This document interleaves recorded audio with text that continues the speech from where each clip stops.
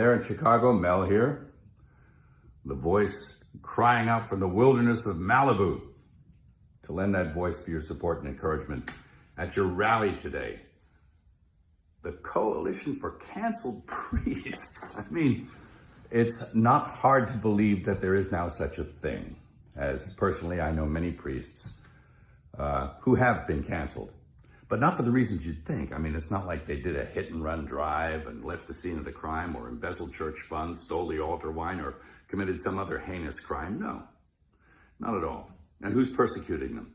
Well, their own bishops. How's that? Yep.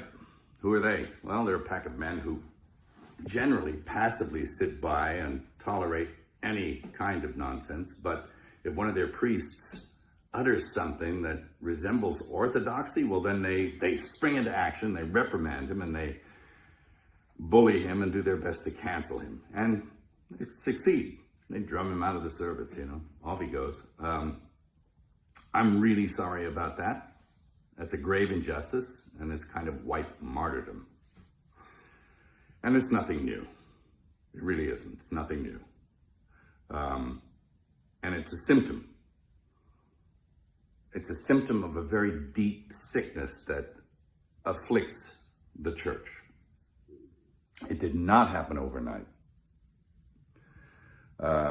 If anyone's familiar with the missives of Archbishop Vigano, he says that the seeds of erosion of the church were sown with the reforms of Vatican II, and I agree with him. He suggests even that we scrap the whole thing and go back and do it the way it was before. And it was a pastoral council after all. I mean,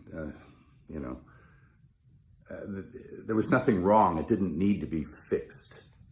They were doing pretty well. At any rate, and I've had my own run-in with the bishops. I mean, who are they? Well, I remember when I directed The Passion, I went to the USCCB to get support for the film. And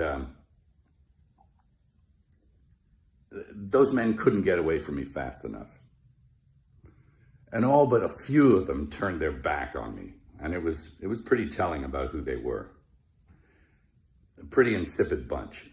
And it doesn't look like anything's changed. Geez, I remember back in the 70s, old priests, good priests, who were bullied and persecuted by their bishops. There was a rash of it back then also, and it was because they wanted to maintain what it was that they were ordained to do. They didn't want to go along with the new liturgy and the reforms of Vatican II, and so that they were really heavily leaned on. It was never abrogated, the old Mass, never, and it still hasn't been. You can't. It's protected by quo primum. But they were bullied and badgered and put in insane asylums, and it was pretty sad to watch. And this kind of thing is now happening again. So, and how are we supposed to know the good guys from the bad guys? Well, we were given a standard by which to judge them. By their fruits, you'll know them. By their fruits. Anybody seen any good fruit lately? No. It's tough. And look, I'm a pretty sinful guy. I mean, I'm as venal as the next guy. But I know the difference between a shepherd and a hireling. And I think that the vast majority of these bishops are just a bunch of hirelings. And my question is, who's hiring them? I don't think it's Jesus. Is it Francis? Who's hiring Francis? Is it Pachamama? I mean, I think you need to look at the whole institution. And, I'll quote Archbishop Vigano again in saying that he believes that there was a parallel counterfeit church set up to eclipse the real one. He's suggesting usurpation or an inside job. It seems that way. Anyway, of course, we know the gates of hell will not prevail against it. The victory is God's, not ours.